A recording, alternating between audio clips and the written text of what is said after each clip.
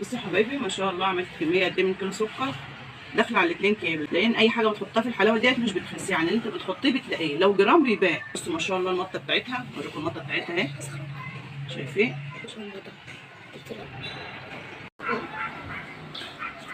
اول حاجه يا حبايبي هنحط الحله على النار كده. طبعا يفضل تعملي في الومنيوم علشان بيمتص الحراره معاكي بسرعه. وبعد كده لو تعملي كيلو سكر، لو نص كيلو السكر بيبقى كوبايتين. هوريكم الكوبايه اللي بعاير بيها. بعد كده هنزل كوبايتين ميه. طبعا الكيلو السكر باخد كوبايتين ميه. هنزل باول كوبايه، وكمان نص كوبايه، ونص التاني.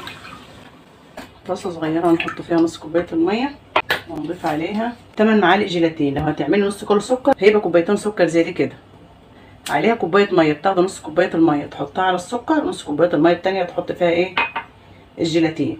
حطيت كوبايه ونص ميه هنا، ونص كوبايه الميه التانيه احط فيها الجيلاتين. طبعا انا عامله 4 كوبايات سكر، عامله كيلو كامل، يبقى احط لهم 8 معالق جيلاتين. 4 5 6 7 8. الجيلاتين دي حبايبي موجوده عند العطارين. لو عايزه ب10 بتاخدي، لو عايزه ب20 بتاخدي، لو عايزه كيلو متغلف كده بتاخدي. انا كنت جايبه كيلو مغلف على بعضه ب 140 جنيه. بتقلبي الجيلاتين كده، ارفعه على النار دلوقتي يسيح في بعضه خالص. هضيف هنا بقى 4 معالق عسل جلوكوز.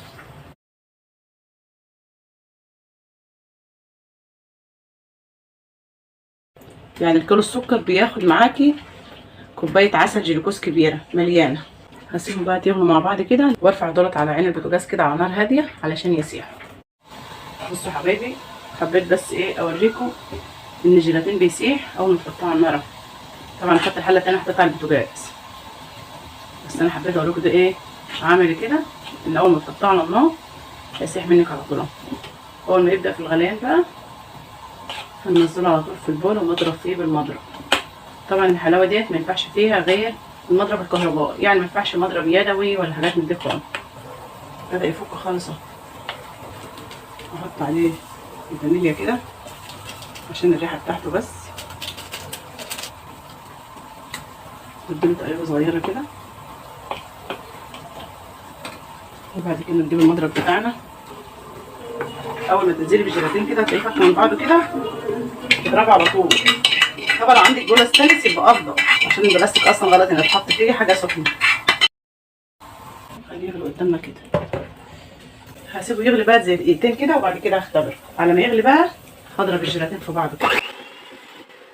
هختبر بقى ايه الشربات بتاعي، عشان تعرفي ان الشربات بتاعك ناجح ويطلع الحلاوه معاكي حلوه. تاخدي شويه على المعلقه كده.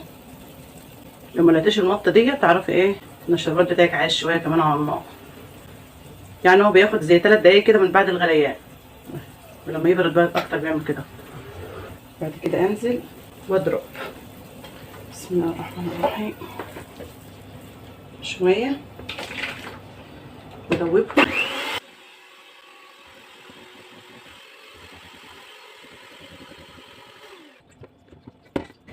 من اسهل الحلويات اللي ممكن تعمليها، واجمل الحلويات برضه والله.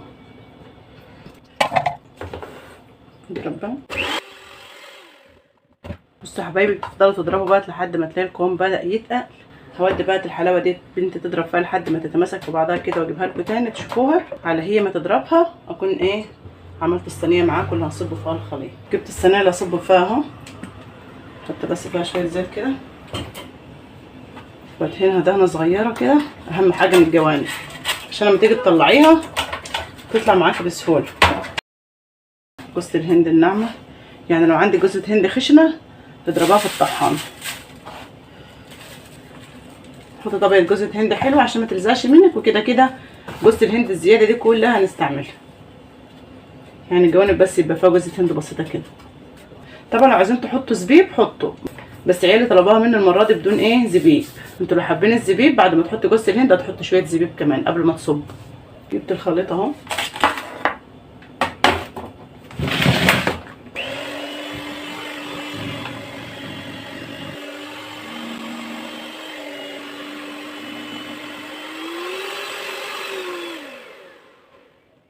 لما توصل القوام ده كده تعرف ان هي بقت مظبوطه. اول ما تيجي تطلعي المضرب من تحت كده بتلاقي الحلاوه بدات تلف عليه من هنا كده وبتنزلش بصعوبه، تعرف ان الخليط بتاعك ايه مظبوط. على طول تصب الخليط، ما تسيبيش ثواني حتى، مش دقايق.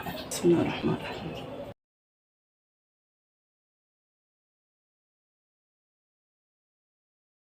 ازاي كده، وبعد كده على طول بتنزلي عليها بالزبيب وجوز الهند. لو تحط زبيب برضو يبقى الزبيب الاول هنا، هتحط زبيب تحت يبقى الزبيب بعد جوز الهند، عشان الزبيب يلزق على طول اكتر من جوز الهند. جوز الهند بتبقى صغيره وبتمسك، لكن الزبيب بيبقى حبايته كبيره مش بيمسك بسهوله. يعني انت لو حطيت الزبيب فوق جوز الهند مش هيمسك، يطلع منك كنت بتقطعي. ولو حطيت الزبيب في ارضيه الصينيه وبعدين حطيته جوز الهند برضو مش هيمسك. هسيبها كده يا حبايبي للصبح.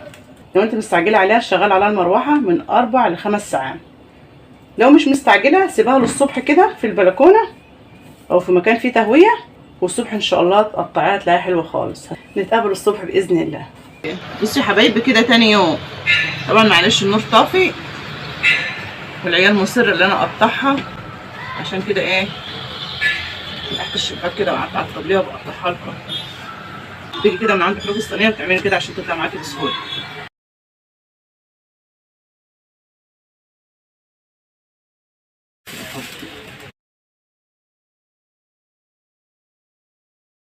بتجيبي سكينه حاميه بقى وتدهنيها زيت وتقطعي وتعملي بقى القطع اللي انت عايزاها.